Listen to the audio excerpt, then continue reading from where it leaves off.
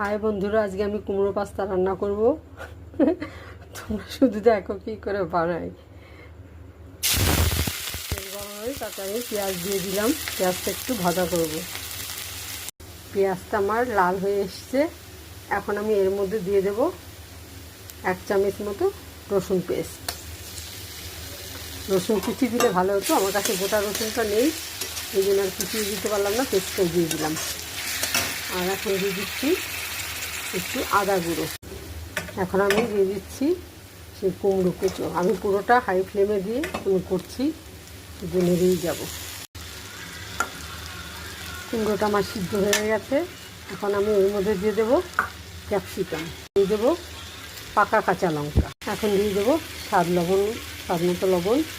এখন দিয়ে দেবো 2 চামচ মতো টমেটো সস।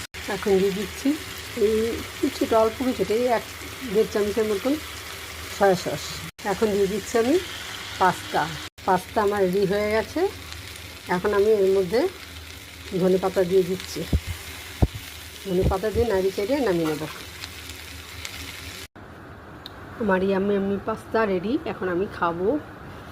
ও তোমরা শুধু একবার খেয়ে দেখবে, দুর্দান্ত।